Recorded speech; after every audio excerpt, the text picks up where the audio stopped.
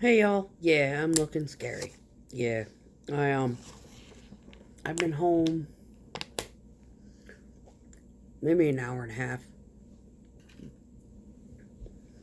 I've been nibbling and drinking beers. I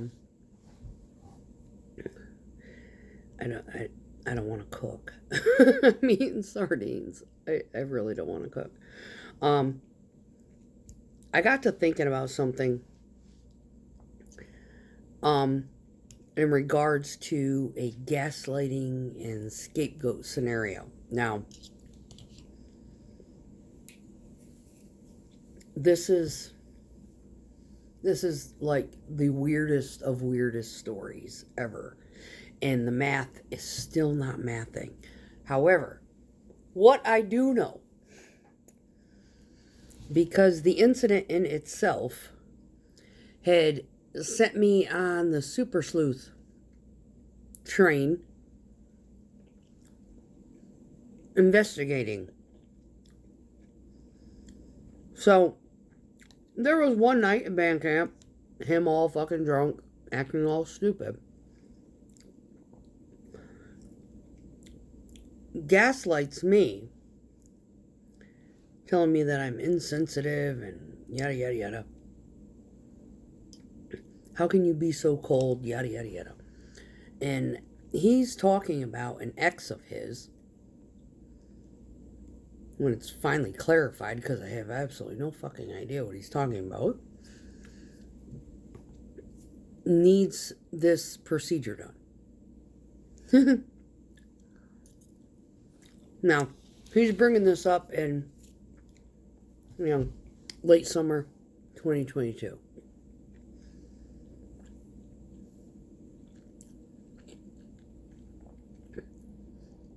So I'm like, I don't know anything about this. So I get with his mom. She kind of updates me, fills me in, because I'm clueless, right? Because he's gaslighting. And not to mention, he's scapegoating her. It's wicked, right? And he's like scapegoating her as a person that of interest, and to the fact that he's being a deranged fuck, to gaslight me into not being sympathetic of this girl that's being scapegoated. Oh yeah, it's twisted. Anyway, I get with baby mama. She kind of fills me in on everything. And then I start doing the math, and the math ain't mathin'. So, I have to go look up this girl. And with any luck, find her and find out when her wedding date is. And then I find out when she got to Australia. And then I find out what her involvement is. And I find out that she has a YouTube channel. And I'm looking and looking and looking. And I'm trying to figure out what it is exactly, this medical condition. Now, on her YouTube channel, you can see a little bit of the scar. Okay. She's got a friend. The friend puts out on YouTube advertising this GoFundMe on this favor X's behalf. All of this information is done preceding him and I ever getting together.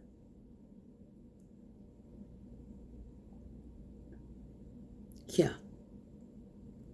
So technically, this favorite ex of his had gotten the procedure prior to him and I ever even getting involved. What the fuck, Chuck? Anyway, a lot of things about this man. The math don't math. Like his marriage and the birth of his son and his duty assignments and the birth of his son and the custody and being engaged and going to school and this girl that is his favorite. And, all of these different things. It's dizzying. It's just like, okay. So here, I'm going to extrapolate the information that I do know. And I am going to figure out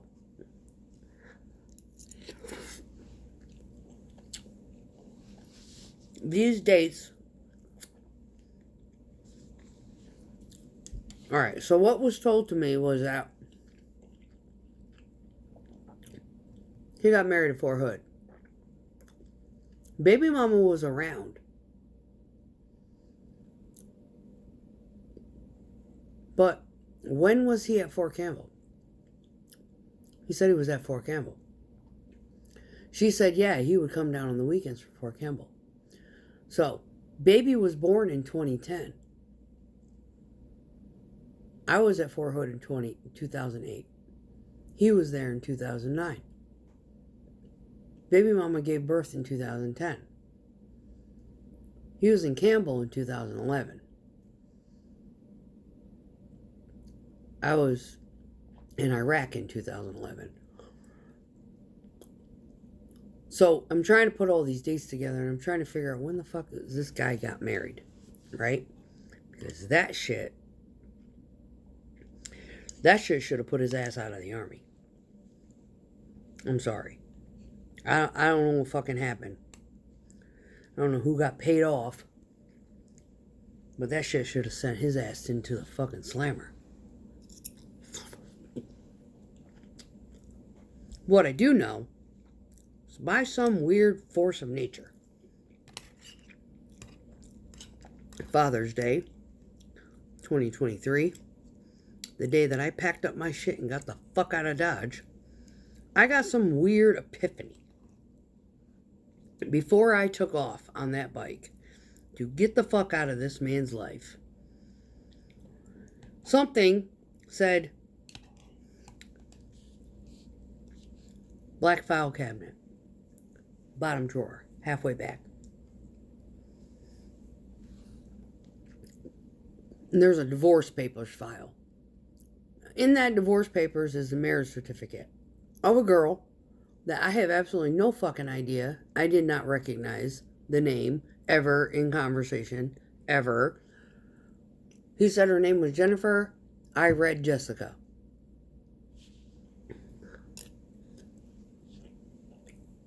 He said last name was this. I read some Mexican, Latino, Latin something or other that started with a G.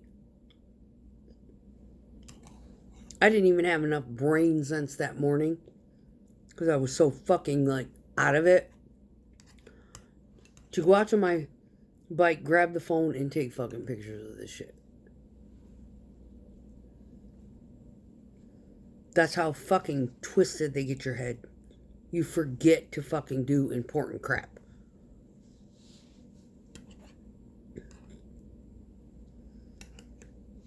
All I've got right now are screen recordings of fucking ring footage of him being a complete dickhead, poking my head and screaming at me.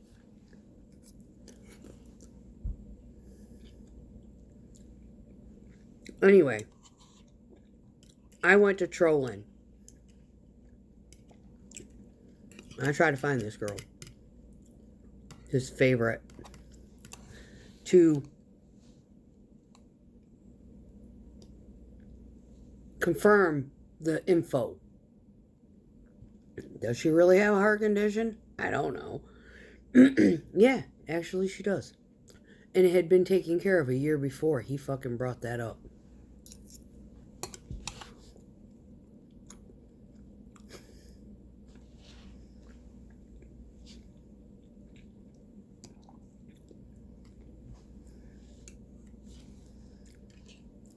I found her YouTube channel. I found her friend's YouTube channel. And the friend is the one that had put together the GoFundMe. to help her get the funds up in order to come back to the States to have this procedure done the right way. Yeah.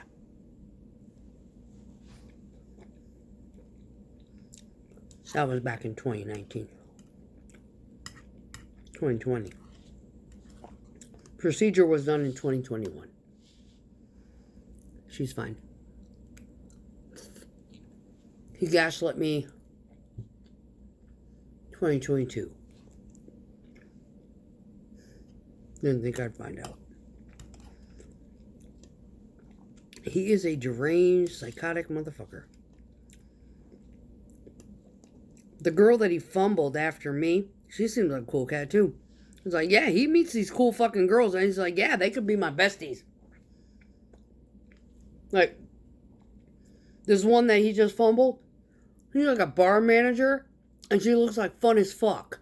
It's like, yeah, I want to go there, just be like, this bump, good job. Kudos to you. You caught on faster than I did.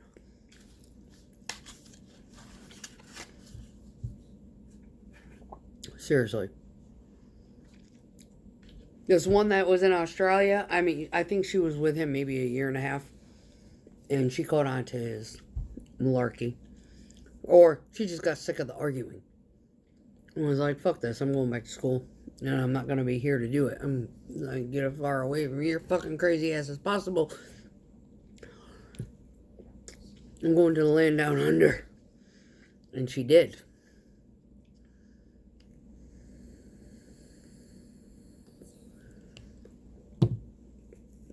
I talk about enabling, gaslighting. Enabling is his mother enables him. She, you involved with this guy. Any sign of tension from whoever his significant other is, she is already out looking for your replacement. This girl that was leaving to go to Australia, this psychotic bitch mother was already out looking for this girl's replacement. She hadn't even packed her bags and gotten on the flight yet.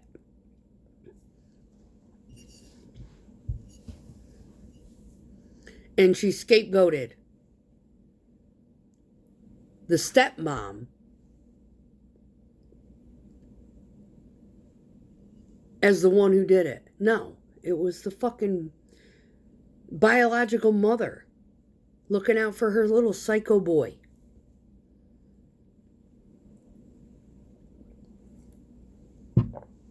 Stepmom doesn't have trashy friends, I can assure you. Even though I look crazy, she liked me.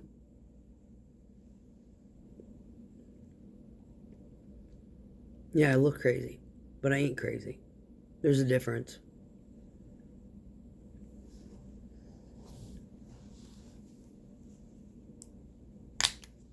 Yeah, I talk to myself on camera so I can educate people. Yeah, and it unleashes my day. It's kind of like helps my sanity. But, yeah. That poor girl that fled to Australia, yeah, that was twisted. He picked her up because she was fucking convenient because of, like, the logistics of her life. She didn't have kids. She didn't have any responsibilities. She just had herself. And all she had to do was go to school. So she had all the time in the world to be able to take care of him and her kid and that kid and take care of her education. To replace the woman that he was already involved with, who had 3 kids, a baby daddy, and, an occupation.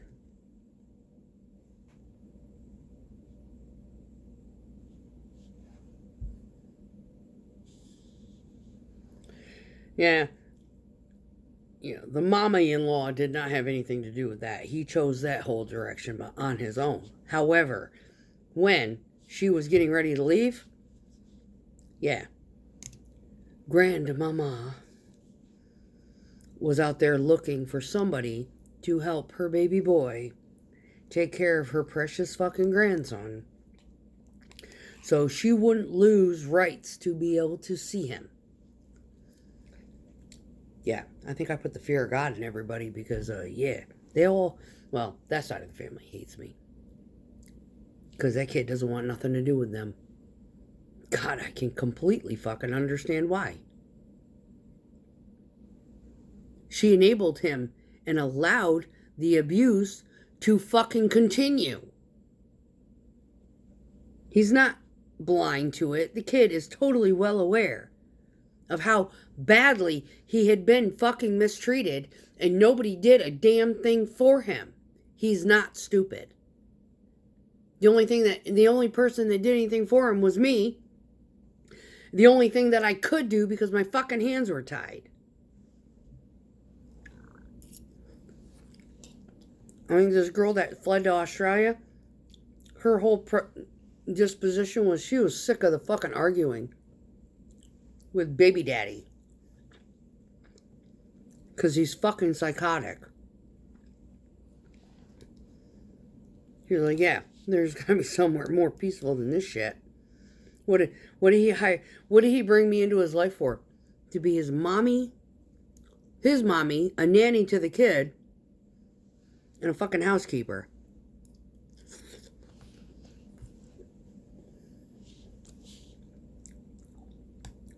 And then get berated daily. I'm pretty sure there's similar occupations out there where she'd fit right in without getting the beratement. Yeah. Australia.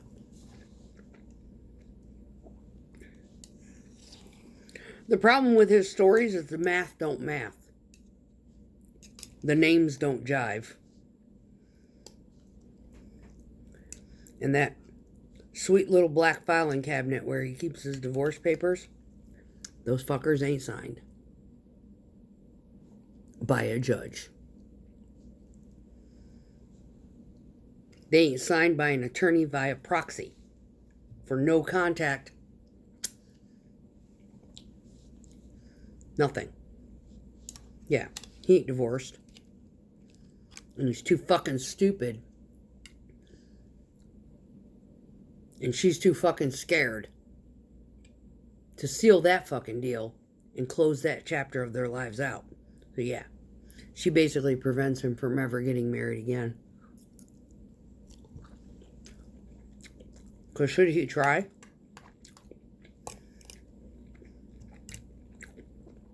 polygamy is a felony. So is beating up on your fucking partner. One day, someday, one of these poor, innocent, ignorant fucking bitches that he brings in his life, they're going to send his ass to prison.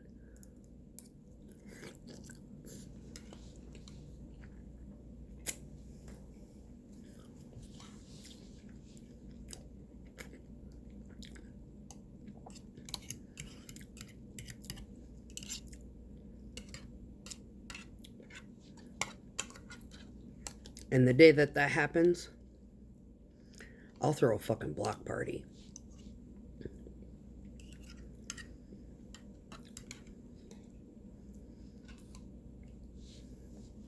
Because there ain't nobody on this earth that deserves a fucking cell as much as that motherfucker. Yeah.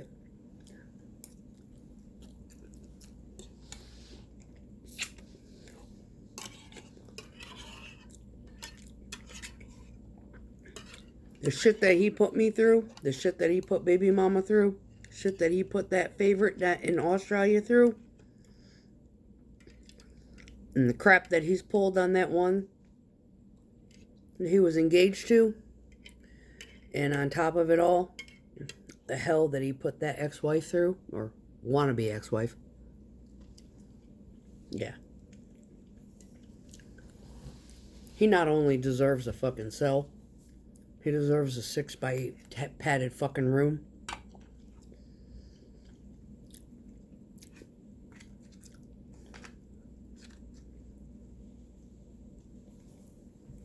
He's a fucking psycho. That's the honest God truth. How the fuck he's kept this job this long? Me and the baby mama are like, we, heaven only knows. But yeah, the reason I went looking for all those details, because of what he did to me. Gaslit me. You're so fucking cruel. Do you even care about her? I don't fucking know her. But I'm going to find out who she is. Watch. Yeah. And when you fuck up, I'm going to contact her. On whatever social media I can find her ass on. And I did. Y'all have a great evening. Peace.